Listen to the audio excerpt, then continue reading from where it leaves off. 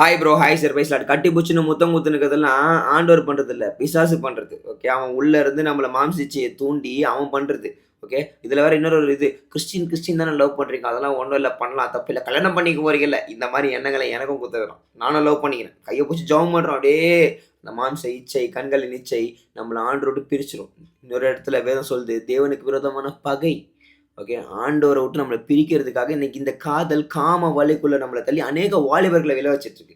இன்னைக்கு தெரியாது ப்ரோ, ஒரு வாலிபனா என்னுடைய வாழ்க்கையில நான் அநேக ஆசீர்வாதங்களை இழந்துட்டேன். அன்பு சகோதரா சகோதரி, உங்ககிட்ட தான் ஆண்டவர் பேசுறாரு. அநேக ஆசீர்வாதங்கள் இழந்துட்டேன். ஆனால் ஆசீர்வாதங்கள்லாம் முன்னாடி இருக்கு. நன்மையும் கிருபையும் உன்னை பின்னாடி தொடர்ந்து முன்னாடியும் வந்துனே இருக்கணும்னா நீ நன்மையும் கிருபையும் தொடர்ந்து ஆண்டவர் பின்னாடி தொடர்ந்து போயிட்டே இருக்கணும். ஆனால் ஆண்டவரை விட்டு பிரிக்கிறதுக்காக என்னென்ன பண்றான், வார்த்தைகளை படி மீதான காரியங்களை பேசுறேன் பாருங்களேன். ரோமர் 8:8 மாம்சத்துக்கு உட்பட்டவர்கள் தேவனுக்கு பிரியமா இருக்க மாட்டார்கள். முடியாதுங்க, முடியாது. ஏன்னா இந்த உடம்பு அவருது. இந்த உடம்பு வந்து நம்ம அவரு கொடுத்துருக்கோம். நம்ம சாப்பிட்ற சாப்பாடாக இருக்கட்டும், எல்லாமே அவருக்காக கொடுக்கப்படுது. நீ உடனே நிறைய பேர் வந்துருவாங்க, பச்சை குத்தி இருக்கே, தேவனுக்கு விரோதமான பகை. ஆமாம், ஆண்டருக்கு பிரியமில்லை தான். ஓகே, குத்தமாக தான் ஆண்டருக்கும் வலிச்சிருக்கோம். ஏன்னா இது அவருடைய ஆலயம். நான் தப்பு பண்ணிட்டேன், ஆனால் தப்பா மன்னிக்க ரெடி ஆண்டவர். ஒருவேளை நீங்கள் இந்த லவ்ன்ற பேரில் காமமான காரியங்களை, விபச்சாரமான காரியங்களை, ஆண்டருக்கு விரோதமான பகைகளை உங்களுக்குள்ளேயே நீங்கள் உண்டு பண்ணிட்டீங்க, பிசாசு பண்ணிட்டு தெரியல, இந்த வார்த்தையின் மூலமாக ஆண்டர் உங்கள்கிட்ட இடைப்படுறாருனா, பிரதர் சிஸ்டர், உங்களுக்கு குறிச்சு பெரிய திட்டம் இருக்குது பிரதர். உங்களுக்கு குறிச்சு பெரிய திட்டம் இருக்குது. அவர் பெரிய பிளான் வச்சிருக்காரு. இன்னைக்கு எத்தனையோ பேரை நான் பார்த்துருக்கேன். ஓகே, ஆசையாக லவ் பண்ணி கடைசி நேரத்தில் பிரேக்கப்.